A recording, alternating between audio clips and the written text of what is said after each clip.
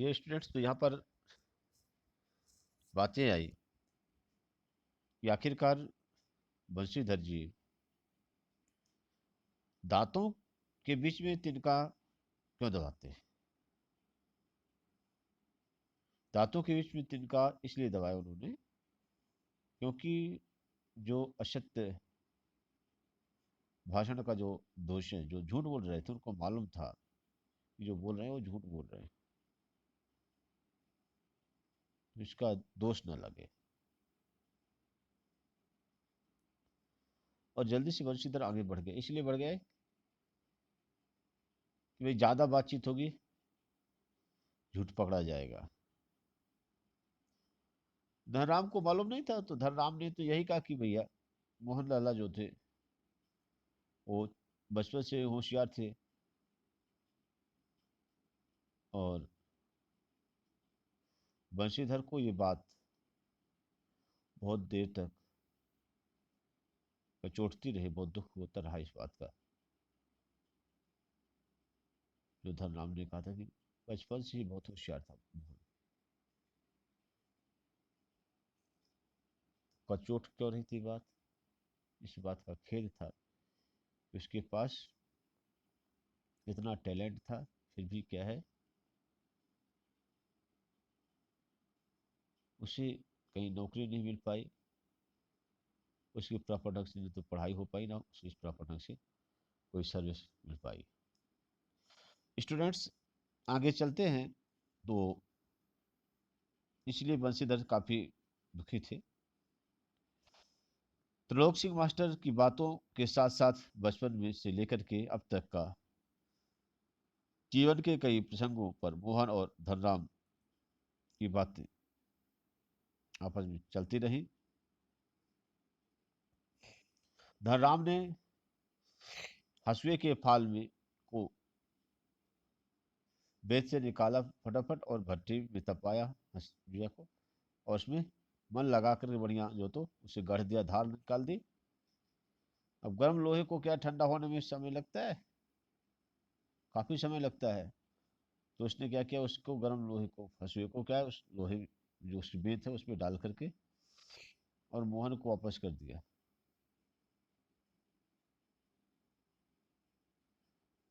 और जैसे ऐसे वापस किया जैसे मान लो उसने कोई गलती वलती या माफी मांग रहा हो, और कहने लगे कि बेचारे पंडित जी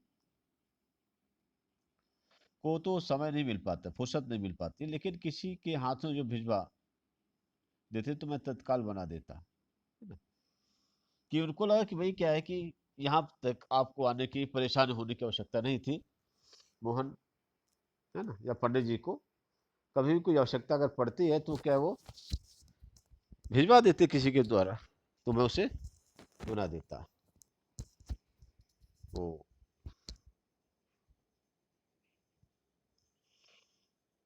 मोहन ने कोई उत्तर नहीं दिया,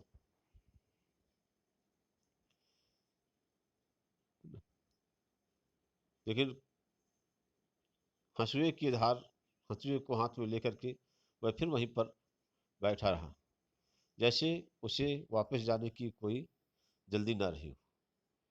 क्या होता है कि रियलिटी ये थी कि वहाँ धनराम मन ही मन में ये सोच रहा था कि भाई ठीक है, मोहन दोस्त है, लेकिन मोहन क्या है, जो वहाँ की परंपरा बना करके रखे थे, लोक परंपरा, कि ऊंची जाति के लोग कामगार लोगों के यहाँ पर उठते बैठते नहीं थे, और मोहन वहाँ पर बैठा हुआ था। तो ये बात भी क्या है, धनराम को सालती थी कि भाई कहीं कोई देख लेगा तो बोलेगा, उल्टा सीधा बोल सकता है,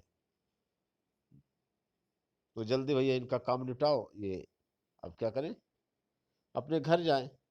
लेकिन मोहन जो था वापस घर नहीं आ रहा था, वहीं पर बैठ गए।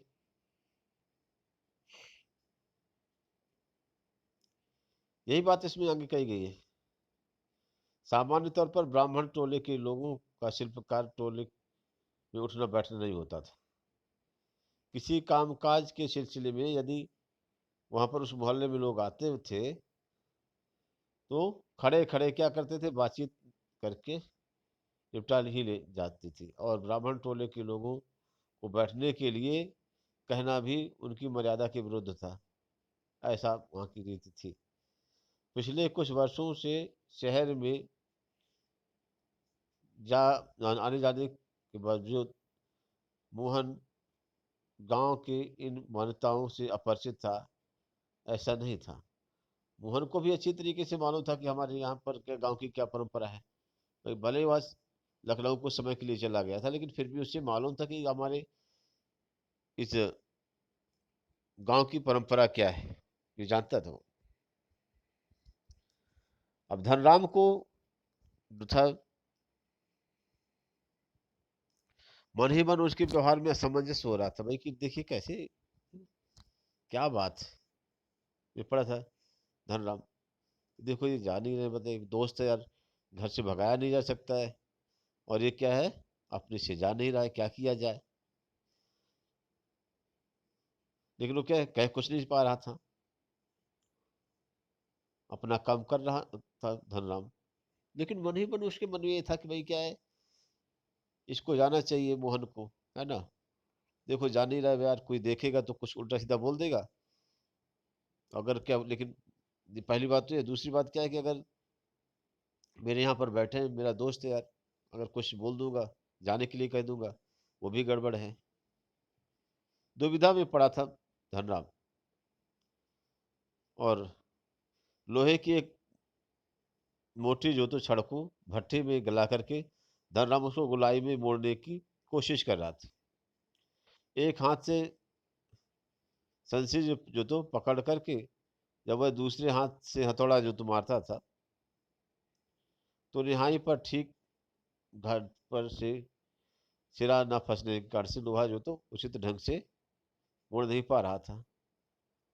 मोहन कुछ देर तक उसे काम को जो तो देखते, वो बैठा हुआ रहता तो देख रहा था। फिर जैसे उसका संकोच त्याग करके उसने क्या है, दूसरी पकड़ में लोहे को स्थिर कर लिया, और धनराम के हाथ से हथौड़ा लेकर के नफी तुली मारते अभ्यस्त हाथों की धौकनी फूंक लोहे को दोबारा भट्टी में गर्म करते, और फिर न्याई पर रख करके उसे ठोकते पीटते सुगढ़ गोले का रूप दे डाला।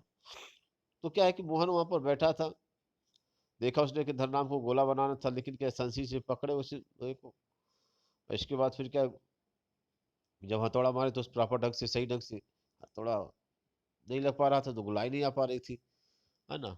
और तो क्या, मोहन ने क्या है, उठा और सीधे मोहन धनराम की जगह पर बैठ करके खुद जो तो उस उसे रिंग में को बनाने में क्या जुट गया और बना डाला। और इतनी जल्दी सब काम किया कि मोहन कि धनराम जो है तो कुछ समझ ही नहीं पाया। वह अवाक रह गया, उसे बोल ही नहीं पाया। मोहन को बस वो देखता रह गया। तो अभी तो क्या है, बैठने में प्रॉब्लम थी, वो तो क्या है कि संकोच कर रहा था धनराम, कि मोहन बैठा हुआ है यहाँ पर, भले ही कनस्तर में बैठा हुआ है, लेकिन फिर भी क्या, अब यहाँ आकर के ठीहे भी बैठ गया, उस काम करने लगा जहां पर धनराम बैठा था वहां पर बैठ गया। लेकिन क्या इन सब बातों के चलते चलाते क्या उसका दिमाग क्या है, इसे शून्य हो गया वो। इतनी जल्दी जब मोहन आकर के फटाफट इतनी जल्दी काम में लग गया, इतना जल्दी काम कर डाला, रिग बना डाली, यह देख करके धनराम कुछ बोल ही नहीं पाया।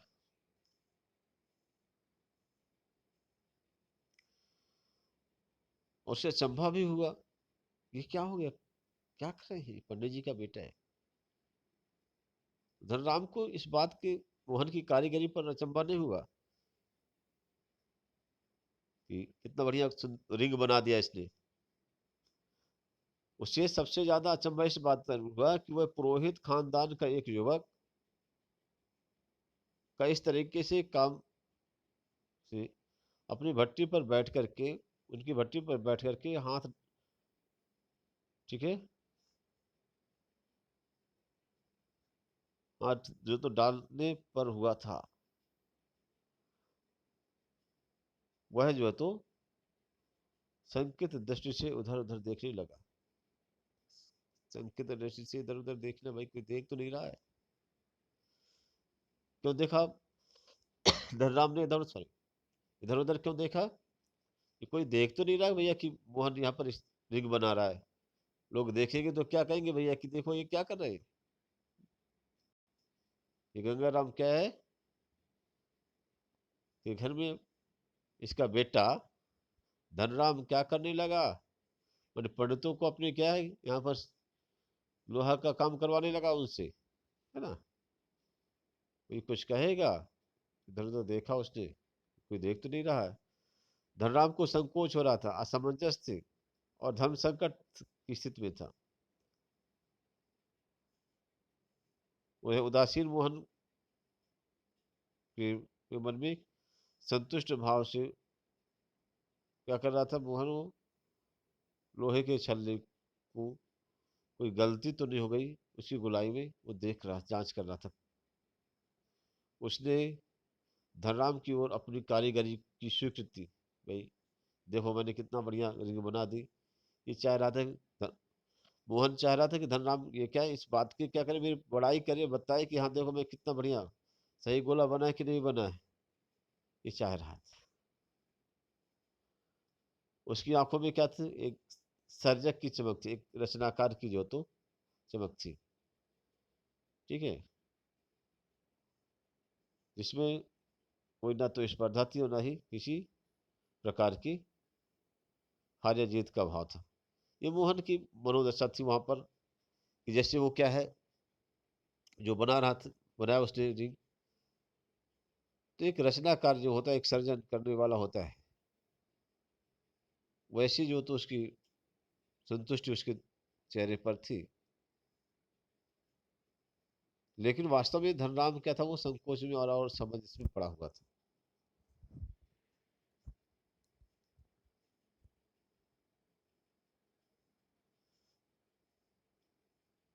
अब बच्चों इसके बाद क्वेश्चन आंसर पे चलते हैं। तो क्वेश्चन नंबर फर्स्ट, कहानी के उस प्रसंग का उल्लेख करिए जिसमें किताबों की विद्या और धन चलाने की विद्या का जिक्र आया है।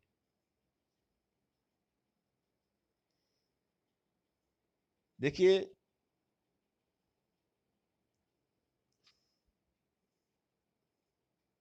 जिस समय धनराम तेरह का पहाड़ा नहीं सुना सका, तो मास्टर त्रिलोक सिंह ने जवान का चाबुक चलाया था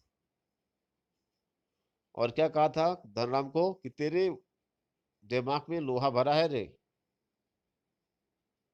और तुझे विद्या का ताप नहीं लगेगा। तो यह सच है कि किताबों की विद्या का ताप लगाने में असमर्थ धनराम के पिता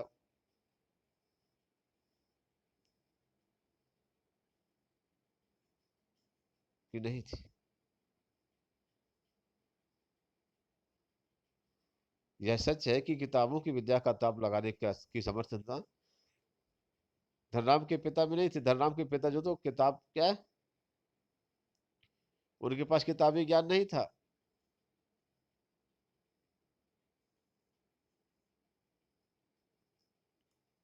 उन्होंने बचपन से अपने बेटे को क्या किया था, धौकनी फिर जो तो चलाने का, सान लगाने का काम में लगा दिया था और धीरे धीरे उसे हथौड़ा लेकर के घर चलाने तक का ज्ञान दे दिया था।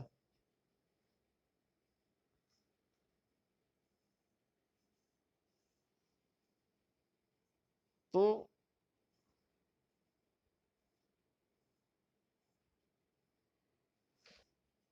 मास्टर जी पढ़ाई करते समय छड़ी से और पिताजी मनमाने औजार हथौड़े आदि से, छड़ से, हत्थे से उसे पीट पीट करके सिखाते थे। तो इस प्रसंग में किताबों की विद्या और घन चलाने की विद्या का जिक्र किया गया है।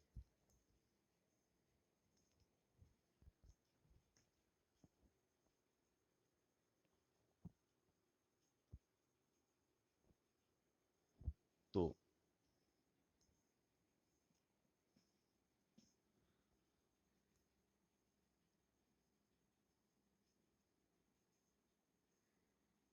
धनराम मोहन को अपना प्रतिद्वंदी क्यों नहीं समझता था?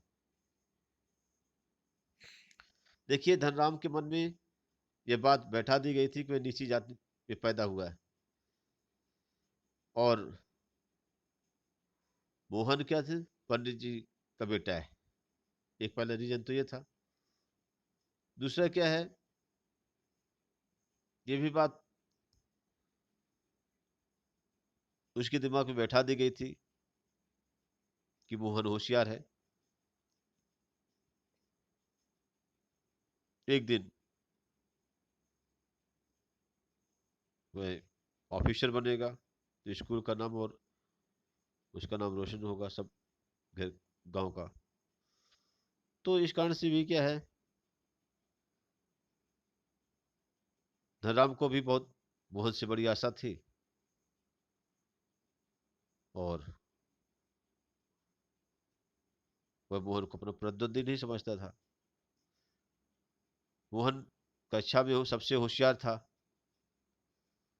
इस कारण से मास्टर साहब ने उसे मॉनिटर बना दिया था।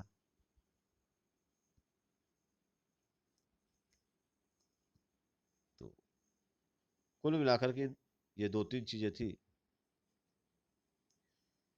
जिसके चलते चलाते धनराम मोहन को अपना प्रतिद्वंदी नहीं समझता था, कॉम्पिटिटर नहीं समझता था।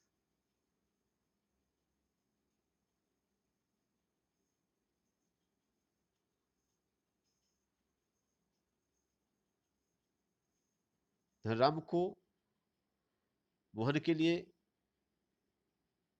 मोहन के किस व्यवहार पर आश्चर्य होता है और क्यों? धनराम को मोहन के इस व्यवहार पर सबसे ज्यादा अचंभा होता है जब वो ब्राह्मण जाति का था, और ब्राह्मण जाति के लोग जो अपने आप को गांव में सबसे ज्यादा श्रेष्ठ समझते थे,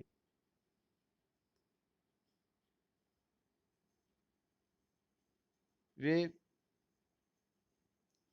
शिल्पकारों के मोहल्ले में उठते बैठते नहीं थे।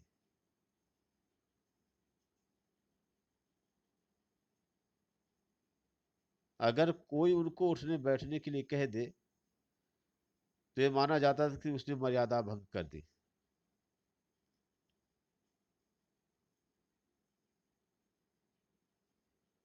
तो यहाँ पर मोहन जाकर के धनराम की दुकान में बैठता है, काम समाप्त हो जाता है तभी बैठा रहता है। इस बात को देख करके तो पहले धनराम को हैरान हो जाता है, और सबसे ज्यादा उसे हैरानी तब होती है जब मोहन उसके हाथ से हथौड़ा लेकर के और रिंग बनाने लगता है, लोहे को एक गोला रूप देता है। तब उसे बहुत अचंभा होता है।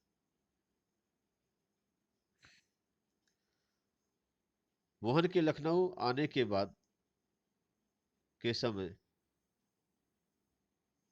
को लेखक ने उसके जीवन का एक नया अध्याय क्यों कहा है? देखिए, लेखक ने मोहन के लखनऊ प्रवास को उसके जीवन का एक नया अध्याय कहा है, क्योंकि यहाँ पर उसका जीवन एक बंधी बधाई एक लीक पर चलने लगा था। वह सुबह से शाम तक नौकर की तरह काम करता था। वातावरण भी नया था, काम का बोझ था। एक प्रतिभावान मेधावी जो छात्र है, उसकी प्रतिभा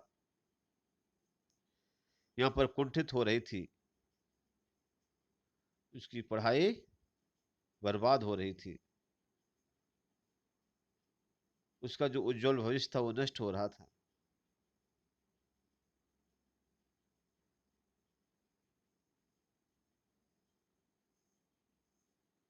और इसके कारण से वह प्रॉपर ढंग से पढ़ाई लिखाई नहीं कर पाया और अपने पैरों में खड़े होने के लिए उसे कारखानों में, फैक्ट्रियों में चक्कर लगाना पड़ा, फिर भी उसे काम नहीं मिला। इसका प्रभाव लखनऊ आने के बाद का जो प्रभाव ये हुआ कि मोहन की प्रतिभा जो है, जो थी, उसके अनुरूप उसे काम नहीं मिल पाया।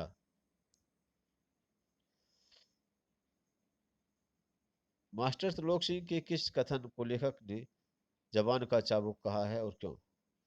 क्या होता है कि एक दिन धनराम को 13 का पहाड़ा नहीं आता था, तो आदत के अनुसार मास्टर साहब ने क्या किया था, उससे संटी मंगवाई और सारे दिन धनराम से 13 का पहाड़ा याद करने के लिए कहा। भाई आज तुम पहले जब छुट्टी होगी उस समय तक तुम्हें क्या करना है, पूरा दिन भर तुम्हें याद करना है, बाद में तुम्हें सुनाना है।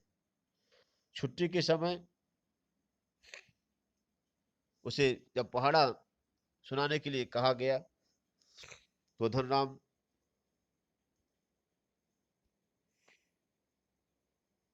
को पहाड़ा याद नहीं हो सका। तब मास्टर साहब ने उसे मारा नहीं, बल्कि उसे कह दिया कि तेरे दिमाग में तो लोहा भरा है रे, विद्या का ताप कहाँ लगेगा। इस बात को पाठ में लेखक ने जवान का चाबुक कहा है, क्योंकि धनराम एक लोहार का बेटा था और मास्टर जी को यह जो कथन है, जो ये बात है मास्टर जी की, वो क्या धनराम को क्या है, मार से कहीं ज्यादा चुभ गई। जैसा कि कहा भी जाता है कि मार का घाव भर जाता है पर कड़वी जवान का नहीं भरता है। यही धनराम के साथ हुआ और निराशा के कारण से वह अपनी आगे की पढ़ाई जारी नहीं कर सका। इसलिए क्या है, मास्टर त्रिलोक सिंह की ये कथन को जवान का चाबुक कह दिया गया।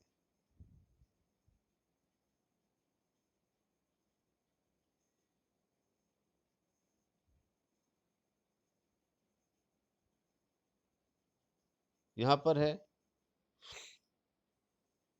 व्याख्या करना इनकी बातों की, बिरादरी का यही सहारा होता है। यह कथन किसका है, तो यह वाक्य मोहन के पिता बंशीधर ने बिरादरी के संपन्न युवक रमेश से कहा था। अपनी जात बिरादरी का सहारा यही होता है। तो उसे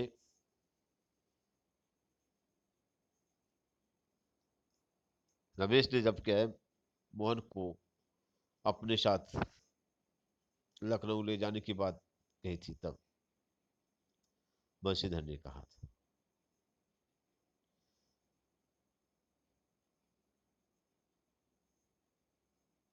किसने किसने कहा, किसने किससे कहा, ये हो गया। फिर लिखा है किस प्रसंग में कहा, जब बंशीधर ने मोहन की पढ़ाई के बारे में चिंता व्यक्त की तो रमेश ने उससे सहानुभूति जताई और उन्हें सुझाव दिया कि वे मोहन को उनके साथ ही लखनऊ भेज दे, ताकि वह शहर में रहकर के अच्छी तरह से पढ़ाई लिखाई कर सकेगा। किस आशय से कहा, यह कथन रमेश के प्रति कृतज्ञता ज्ञापित करने के लिए कहा गया था। बिरादरी के लोग हैं, एक दूसरे की मदद करते हैं। क्या कहानी में यह आशय स्पष्ट हुआ है? कहानी में ही आशय स्पष्ट नहीं हुआ। रमेश अपने फायदे वायदे को पूरा नहीं कर पाया। वह मोहन को घरेलू नौकर से अधिक नहीं समझता था। उसने वह परिवार ने मोहन का खूब शोषण किया और प्रतिभावान शाली जो तो विद्यार्थी का भविष्य चौपट कर दिया।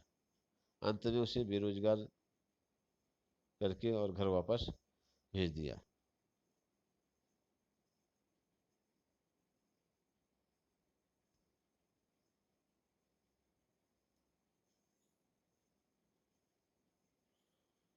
उसकी आंखों में एक सर्जक की चमक थी। कहानी का यह वाक्य है ना, किसने किससे कहा? तो देखिए, यह वाक्य मोहन ने के लिए कहा गया। किस प्रसंग में कहा गया? मोहन धनराम की दुकान पर हंसुए में धार लगवाने जाता है। काम पूरा हो जाने के बाद भी वहीं पर बैठा रहता है और धनराम एक मोटे लोहे की छड़ को गर्म करके उसका गोला जो तो रंग देने का प्रयास करता है, परंतु सफल नहीं हो पाता। मोहन ने अपनी जाति की परवाह न करके हथौड़े से नफी तुली चोट मार करके उसे सुगढ़ गोले का रूप दे देता है। अपने सधे हुए अभ्यस्त हाथों का कमाल करने के उपरांत उसकी आंखों में एक सर्जक की चमक आ जाती दिखाई देती है।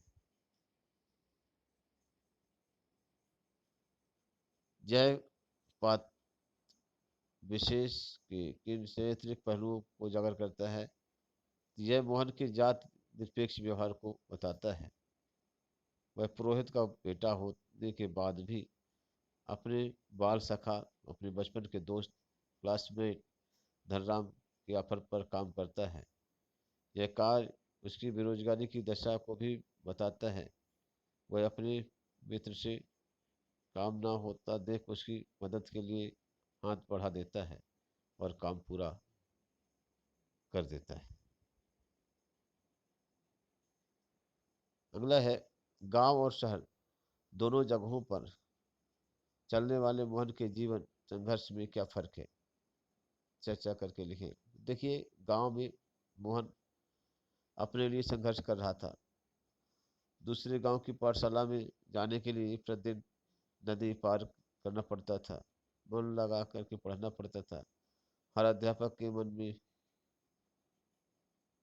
अपनी जगह बनाना, ये सारे संघर्ष वह अपना भविष्य बनाने और अपने माता पिता के सपने पूरे करने के लिए कर रहा था। लखनऊ शहर में जाकर के रमेश के घर में आलू लाना, दही लाना, धोबी के को कपड़ा देना, ठीक है, ये सब जो है तो काम करना पड़ता था। रमेश के परिवार के लिए वह काम कर रहा था। इससे उसका अपना भविष्य धूमिल हो रहा था और माता पिता के सपने टूट जा गए। गांव का एक होनहार बालक शहर में घरेलू नौकर बन करके रह गया था। इसी प्रकार के तर्क लिख करके और इसमें जो तो चर्चा की बात अगर होती तो चर्चाएं की जा सकती है अपने क्लासमेट से। एक अध्यापक के रूप में त्रिलोक सिंह का व्यक्तित्व आपको कैसा लगता है? अपने समझ में उसकी खूबियों और खामियों पर विचार करिए। देखिए, मास्टर त्रिलोक सिंह का व्यक्तित्व अध्यापक के रूप में ठीक ठाक लगता है। वे अच्छे अध्यापक की तरह बच्चों को लगन से पढ़ाते हैं। वे किसी के सहयोग के बिना पाठशाला चलाते हैं। वे अनुशासन प्रिय हैं तथा दंड के भय आदि के द्वारा बच्चों को पढ़ाते हैं। वे होशियार बच्चों के उज्जवल भविष्य की कामना करते हैं। इन सब विशेषताओं के बावजूद उनमें कुछ कमी है। वे जातिगत भेदभाव को मानते हैं। वे विद्यार्थियों को सख्त दंड देते थे। वे मोहन से भी बच्चों की पिटाई करवाते थे। वे कमजोर बच्चों को कटु बातें भी बोल करके उन्हें हीन भावना भरने का प्रयास करते थे। तो छात्रों में हीन भावना तथा भेदभाव करने से उनका तरीका जो था अशोभनीय था।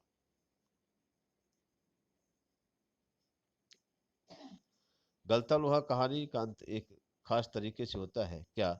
इस कहानी का कोई अन्य अंत हो सकता है? चर्चा करें यहाँ पर। तो इस कहानी का अंत और कई तरीके से हो सकता है। मोहन द्वारा गांव लौट करके झूठे मन की रक्षा के लिए कोई काम न करना और खाली बैठे रहना, मोहन के माता पिता का विद्रोह कर उठना और रमेश से झगड़ा करना, दोषारोपण करना, धनराम को देख करके मोहन का मुंह फेर लेना और बात न करना, मोहन द्वारा एक छोटा कारखाना खोल करके ग्रामीण लड़कों को हाथ का हुनर सिखाना। इसके अतिरिक्त भी कहानी के अनेक अंत हो सकते हैं। तो बच्चों इस तरीके से ये पूरा का पूरा चैप्टर होता है, पूरा हुआ। आप लोग इसे क्वेश्चन आंसर कर लीजिए। यहाँ पर जो अंतिम ये 3 क्वेश्चन है पाठ के आज के आसपास, ये तर्क वितर्क के हैं, इन्हें आप लिखें या ना लिखें, ठीक है, लेकिन पढ़ें जरूर इन्हें।